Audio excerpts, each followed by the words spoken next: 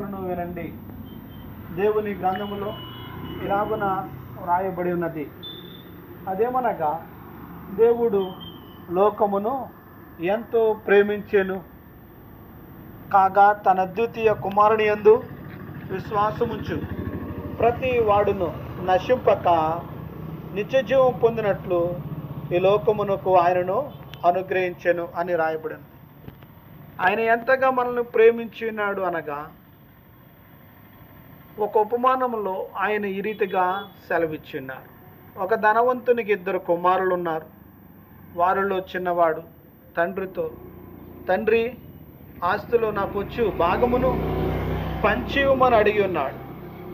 తండ్రి ఆస్తిని పంచివ్వగా కూడగట్టుకుని దూర ప్రాంతమునకు తీసుకుని వెళ్ళి పాడు చేసి ఉన్నాడు. పిమ్మట అతడు ఆ దేశంలో కరువు రాగా ఎంతో ఇబ్బంది పడి ఆ దేశస్థుల ఒకని చెంత కూలివారిగా చేరి ఉన్నాడు. ఎవరును ఏమి ఇవ్వలేనప్పుడు అతడు తండ్రిని జ్ఞాపం చేసుకున్నాడు. నా తండ్రి ఇంటి వద్ద కూలివారికి సమృద్ధి అయిన ఆహారం దొరుకుతున్నది, నేనైతే ఇక్కడ ఆకలితో చచ్చిపోచున్నా. కాబట్టి నా తండ్రి ఇంటికి వెళ్ళి నా తండ్రిని క్షమాపణ అడుగుతాను.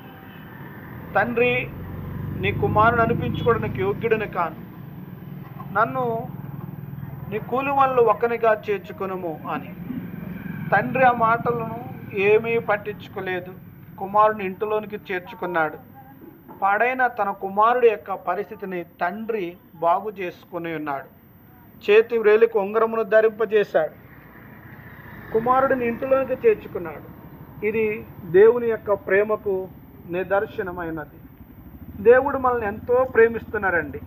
మనం ఆయనను విసర్జించి ఎంత దూరస్తులుగా ఉన్నా కానీ, మనం ఆయనను ప్రేమించకపోతున్నా ఆయన మనల్ని ప్రేమించాడు. ఆయన మనల్ని ప్రేమించిన విధానం చూడగా వాక్యం ఉంటుంది, మనం ఇంకను పాపములో ఉన్నప్పుడే. కాబట్టి మనకు పాపముల నుండి విడుదలను, పరిశుద్ధతను, జీవమును ఇచ్చినట్లుగా ఈ లోకానికి యేసుక్రీస్తు మానవుడిగా దిగివచ్చాడు. ఆయన మరణించి తిరిగి సజీవుడిగా 3వ దినమున లేచాడు. యేసుక్రీస్తు వారు చేసిన ఈ ప్రేమపూరితమైన త్యాగము మానవుల పాపములకు పరిహారమైనది. ఎందరు యేసుక్రీస్తునందు విశ్వాసమును ఉంచుతారో వారు దేవుని ప్రేమను పొందుకుంటున్నారు, పరలోక రాజ్యానికి వారసులు అవుతున్నారు. దేవుడు మిమ్ములను మీ కుటుంబమును దీవించునుగాక. ఆమేన్.